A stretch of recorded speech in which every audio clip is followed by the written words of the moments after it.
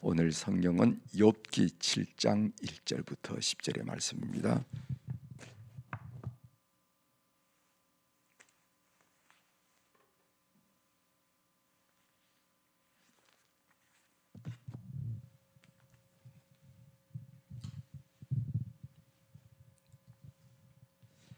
욥기 7장 1절부터 10절에 있는 말씀 제가 봉독해 드리겠습니다.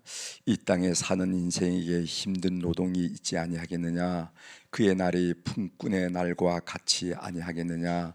종은 저녁 그늘을 몹시 바라고 품꾼은 그의 삭슬을 기다리나니, 이와 같이 내가 여러 달째 고통을 받으니 고달픈 밤이 내게 작정되었구나. 내가 누울 때면 말하기를 언제나 일어날까, 언제나 밤이 갈까 하며 새벽까지 이리 뒤척 저리 뒤척 하는구나. 내 살에는 구더기와 흙덩이가 의복처럼 입혀졌고 내 피부는 굳어졌다가 터지는구나. 나의 날은 배틀의 북보다 빠르니 희망 없이 보내는구나. 내 생명이 한낮 바람 같음을 생각하옵소서. 나의 눈이 다시는 행복을 보지 못하리이다. 나를 본 자의 눈이 다시는 나를 보지 못할 것이고 주의 눈이 나를 향하실지라도 내가 잊지 아니하리이다. 구름이 사라져 없어진 같이 수월로 내려가는 자는 다시 올라오지 못할 것이오니, 그는 다시 자기 집으로 돌아가지 못하겠고 자기 처소도 다시 그를 알지 못하리이다. 아멘. 10절까지 함께 읽었습니다.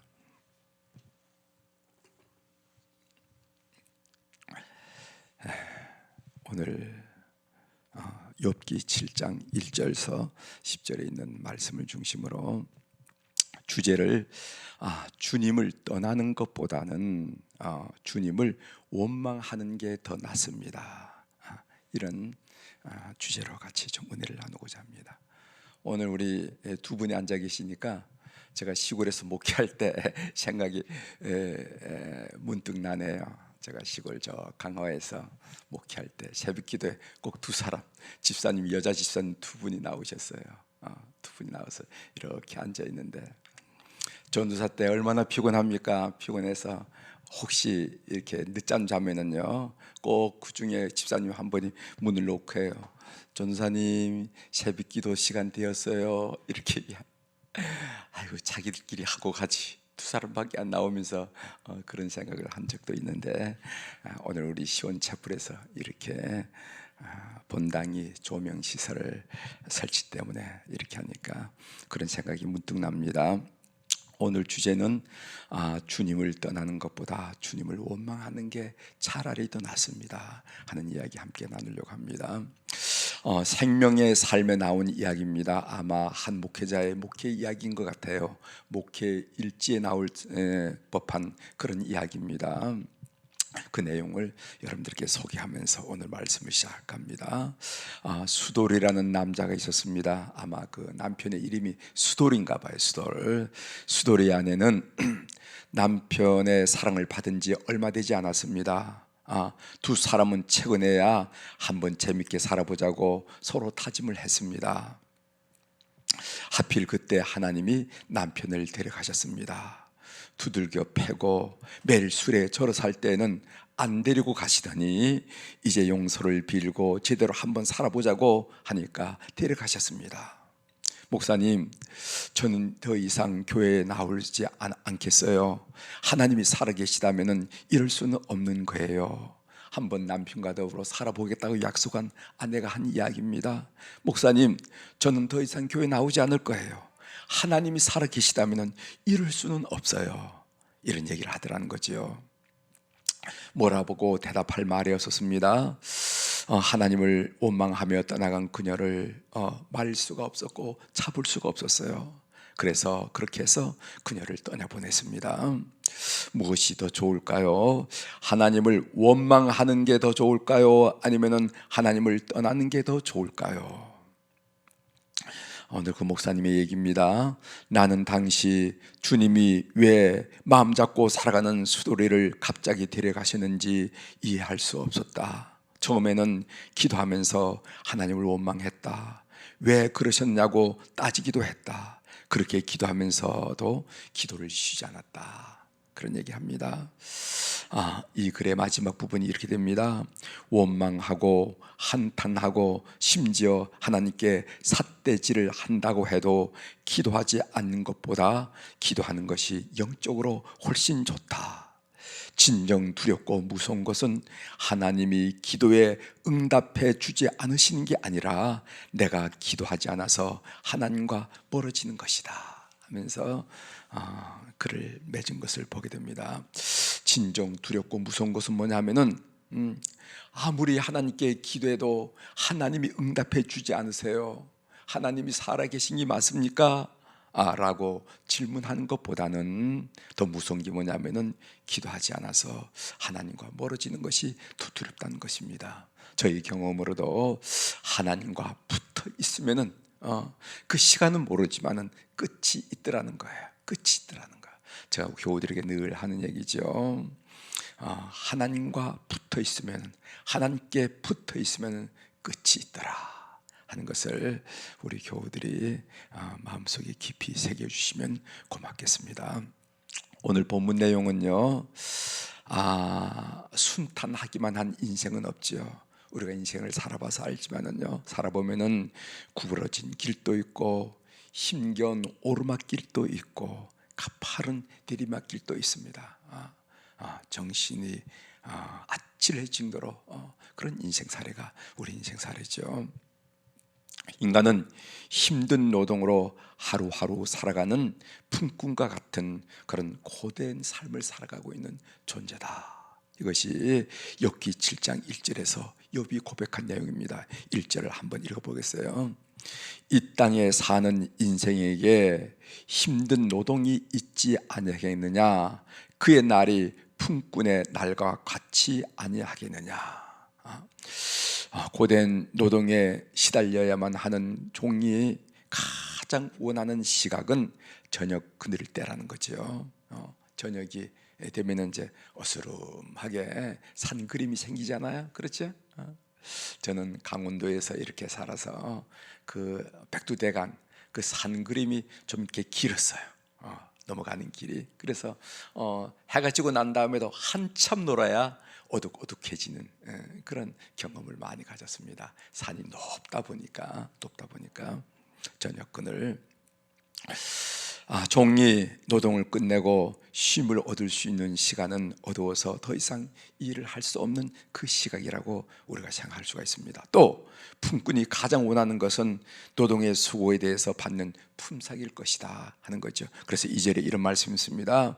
종은 저녁 그늘을 몹시 바라고 품꾼은 그의 삭슬 기다리나니. 보통 인간의 삶은 이렇게 고달프기는 하지만은 해가 지고 밤이 되면은 쉼을 얻을 수가 있습니다. 그런데 오늘 욥이 이 이야기를 꺼낸 이유가 있어요. 그러나 욥이 당하고 있는 상황은, 욥이 겪고 있는 고난은 밤이 오더라도 쉼을 얻을 수 없기 때문에 더 비참하다는 거예요. 그 이야기를 하려고 지금 욥이 1절 2절에서 종의 이야기, 품꾼의 이야기를 하고 있습니다. 종은 품꾼은 아무리 한낮에 노동이 힘들다 하더라도 밤이 오면 쉼을 쉴 것이 아니냐 말이죠. 밤은 쉼의 시간이 아니냐 그러죠. 그러나 나는 밤이 쉼의 시간이 아니다. 욥이 더 밤이 고통스러운 이유는 두 가지 이유를 지적하는데, 거기 보면 첫 번째로는 불면의 밤이라는 겁니다. 잠이 오지 않은 밤이라는 거예요. 잠을 잘 수 없는 밤이라는 겁니다. 4절을 제가 읽어드리겠어요. 내가 누울 때면 말하기를 언제나 일어날까, 언제나 밤이 갈까 하며 새벽까지 이리 뒤척 저리 뒤척 하는구나 하면서 자기의 밤의 상황을 이렇게 묘사하고 있습니다. 불면이 얼마나 고통스러운지 모르지요. 아마 현대인들의 많은 사람들이 불면의 고통을 겪는다 하는 이야기를 들은 적이 있습니다. 몸은 분명히 피곤한데 눈은 점점 더 말똥말똥해지는 밤, 그 불면의 밤이 아니겠어요? 몸은 피곤해 죽겠는데 잠을 자야 되겠는데 오히려 눈은, 정신은 점점점 말똥해지는 거. 그것을 보고 불면 불면의 밤이라 이렇게 얘기하죠. 욥의 밤이 불면의 밤이 된 이유가 뭐냐면은 세 가지 때문이라는 거죠. 하나는 참을 수 없는 육체적인 고통, 구두타가 터지고 또 구두타가 터지는 이 육체적 고통. 두 번째로는 친구들에 대한 위로를 기다리고 공감해 주기를 기다린 친구들로부터 엉뚱한 얘기를 듣는 친구들의 배신감, 이건 심적인 고통이죠. 세 번째로는 내가 그동안 하나님을 믿고 하나님을 붙잡고 하나님을 의지하고 살았는데 하나님께 버림받았다라는 영적인 고통. 그러니까 육체적인 고통, 심적인 고통, 영적인 고통이 오르져 가지고 그 밤을 지새울 수밖에 없었다 하는 그런 불면의 밤.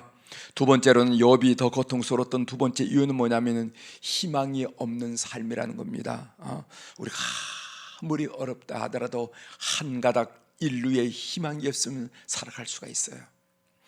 우리 어른들 60년대 참 6.25 동란 끝나고 난 다음에 얼마나 어려웠습니까? 정말 그런 얘기를 가끔씩 하고 있지만은 그럴 때도 우리 부모님들이 살아갈 희망이 있었다는 것은 뭐냐면은 자식들이 커가고 내일이 다음 해가 더 낫다는 그 희망 때문에 그랬어요. 참 우리 한국 부모님들은 정말 대단했어요. 우리 한국 부모들은요 먹고 자식을 가르친 게 아니라 자식을 가르치고 먹었어요. 그래서 자식 교육이 항상 1위였습니다. 그렇기 때문에 우리 한국이 이렇게 발전해 오지 않았는가 생각이 됩니다. 심지어 저희 집만 보더라도 그 농촌에서 그 소는요 그 일꾼을 대신하는 소중한 그 가축이죠. 그런데 자식을 공부시키는 일이라면은 소를 팔아서 툭누꿈을 댔단 말이죠. 속으로 눈물을 흘렸지 모르지만 자식 공부가 우선이기 때문에 소를 팔아서 그 애양간에 있는 소를 팔아가지고 자식의 등록금을 댔다 이런 말이죠. 그 한 가닥 희망이 우리 어른들을 살게 하는 희망이 됐다는 거죠.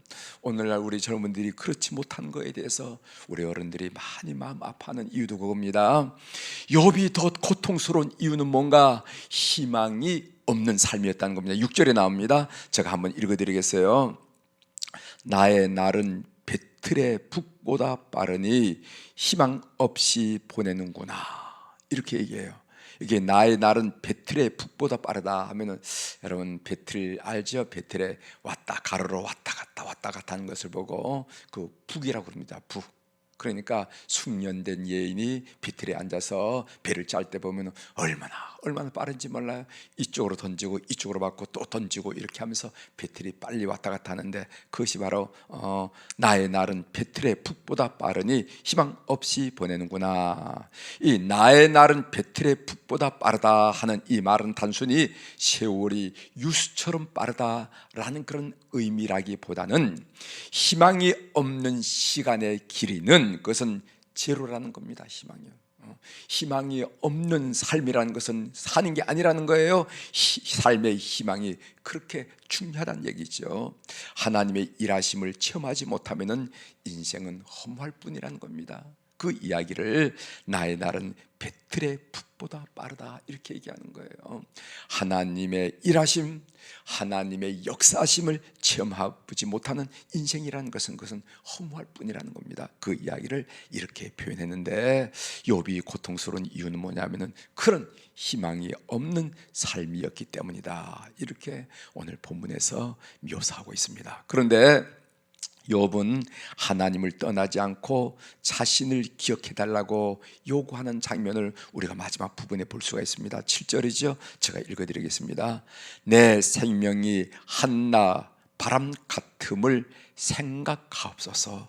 나의 눈에 다시는 행복을 보지 못하리이다. 이런 말이 있습니다. 여기 보면은 내 생명이 한낮 바람 같음을 생각하옵소서. 이것은 뭐냐면 하나님께 욥이 기도한 내용입니다. 자신을 기억해 달라는 것이죠. 자신을 기억해 달라는 것은 자신을 더 이상 고통 속에 방치하지 마시고 구원해 달라 하는 그런 욥의 호소입니다. 욥은 하나님이 그에게 고난을 주셨다고 생각하면서도 사람의 궁극적인 구원과 회복은 오직 하나님께만 있음을 끝까지 붙잡더라 이 말이죠. 끝까지. 삶의 이런저런 일을 당해서 때로는 하나님을 원망하기도 하고 하나님이 살아계십니다 하고 한탄도 하고 그렇지만은 결국 내 삶의 구원과 회복은 하나님께 있음을 믿고 하나님께 오늘 본문 마지막 순간에 하나님께 나를 좀 기억해 달라고 기도하는 것을 보게 됩니다. 사랑하는 교회 여러분, 주님을 떠나는 것보다 주님을 원망하는 게 더 낫습니다. 주님을 떠나지 않으면요 끝이 반드시 있다는 것입니다. 주님을 떠나면은 삶이 허무한 거, 삶이 치료가 되는 거예요. 삶은 허무해진다. 오늘 이 말씀을 욥기를 통해서 다시 한번 새겨봅니다. 욥기는 단순히 고난의 문제만 다룬 게 아니라 그 말씀이 다 인간 삶에 질문을 하게 만들어요. 그래서 욥이 위대한 겁니다. 제가 욥기를 공부할 때 말씀드렸죠. 우리가 종교적 진리는 소위 정언적 명령일 수가 있어요. 이렇게 하라, 이렇게 하면 산다, 내가 길이다.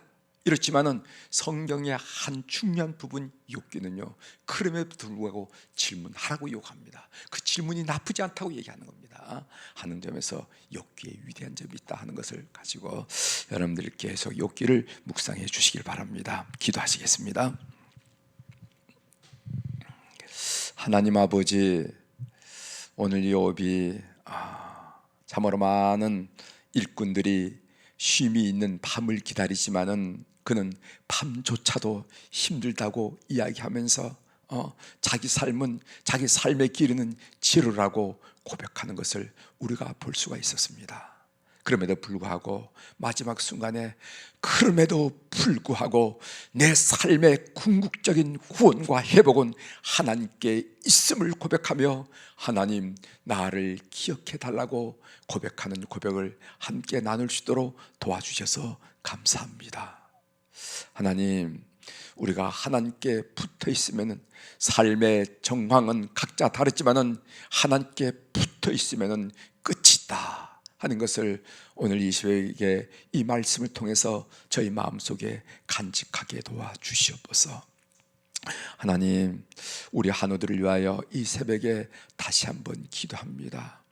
오늘 욥이 육체적 고통 때문에 호소한 것처럼 건강할 때는 모르지만은 내 발로 걸을 때는, 내 손으로 먹을 때는 모르지만은 육신이 아프기 시작하면은 삶이 힘들어지는 것을 우리가 많이 느끼게 됩니다.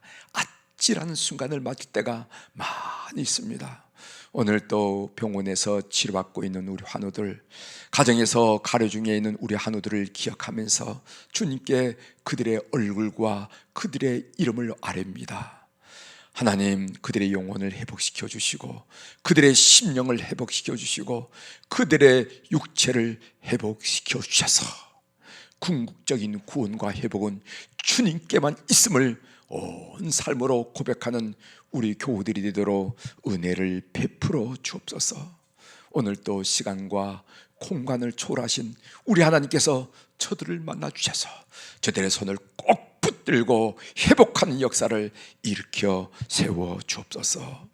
하나님, 젊은 날 몸된 교회, 우리 주 예수 그리스도의 몸된 교회를 위하여 헌신하고 충성하고 봉사했던 우리 안나 여성교 회원들, 그리고 모세 남선교 회원들을 오늘 이 시간 다시 한번 축복하게 하시오니 감사합니다. 하나님, 저들을 기억하여 주시고, 하나님, 히스기야가 병들었을 때 하나님께 젊은 날의 선행을 기억해 달라고 그것을 조건으로 내들고 그것을 기도의 내용으로 내걸면서 하나님께 기도한 것처럼 우리 모든 교회 어른들을 그 남은 생을 축복하여 주시옵소서. 그래서 그들 심령이 늘 강건하게 하시고 그들 육체도 온전히 보존되게 도와주시고 주님을 향한 믿음과 소망으로 가득 찰 수 있도록 은총을 베풀어 주옵소서. 특별히 후손들에게 믿음의 열매가 풍성하여 우리 주님 말씀하신 것처럼 30배, 60배, 100배의 결실로 그 핏줄, 믿음의 핏줄을 사랑하시는 그 하나님의 사랑을 확인하는 우리 어른들이 다 될 수 있도록 오늘 또 저들을 기억하여 주시옵소서. 우리 자녀들을 주님 앞에 올려드립니다. 해에서 코로나 어려운 상황이지만은 학문하고 직장 생활을 하고 또 그리고 사업하는 자녀들, 낯설은 군대 나가서 국방의 의무를 감당하는 자녀들, 이제 30일이 채 남지 않은 기간 동안에 하나님 아버지 마지막까지 수학 능력 수험을 준비하는 우리의 수험생들, 그리고 또 가정에서 직장을 구하고 또 결혼을 원하고 그리고 잉태의 축복을 원하고 순산을 원하고 삶의 문제가 해결되길 원하는 가정들, 그 모든 교우들의 가정을 생각하면서 주님께 기도하오니 주님 역사하여 주시옵소서.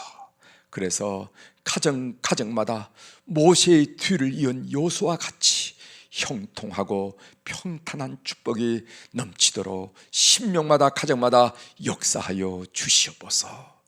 오늘 또 하늘의 주권과 땅의 주권을 가진 우리 주님, 내 삶의 주권과 이 나라의 주권과 역사의 주권을 가진 우리 주님의 거룩한 이름으로 이 새벽에 선포합니다. 내 영혼이 잘된 같이 범사가 잘되고 강건한 축복을 오늘 하루 24시간 산 동안도 경험하고 고백하고 찬양하도록 은총을 베풀어 주옵소서. 감사드리며 예수님의 이름으로 기도 올리옵나이다. 아멘.